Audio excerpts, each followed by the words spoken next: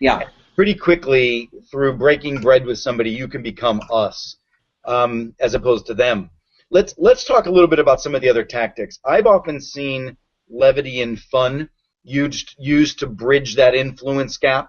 Yeah. What is there to be said just about the use of levity, lightness in communications to make a little bit more of the in-group? Yeah.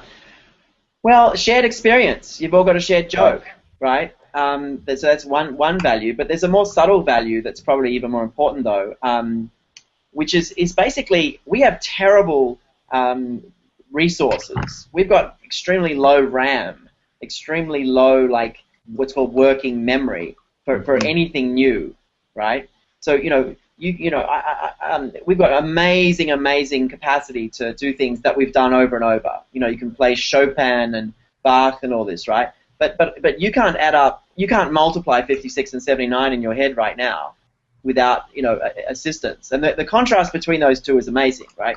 So something you do over and over, you can do the most insanely complex, ridiculous things involving millions and billions, really, of calculations per second, and hardwire that for hours on end and do it all while you do something else, right? But you can't add up 4 digits consciously if you haven't done that over and over. So there's this insane difference. So what happens is when you get to change, you've got to think new, right? You've got to say, okay, I've got to now multiply 56 and 79. I don't know. This is all new to me, right?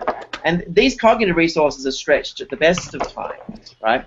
So what happens is in a threat state, they're stretched even more. The cognitive resources shut down.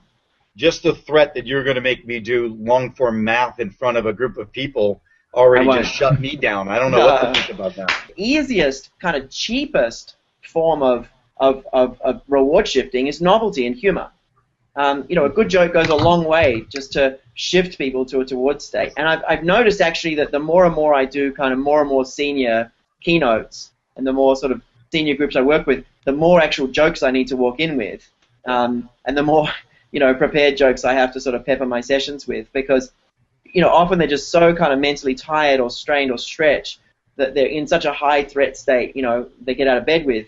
I just need to kind of loosen their minds up a little bit, so to speak, with a bit of reward.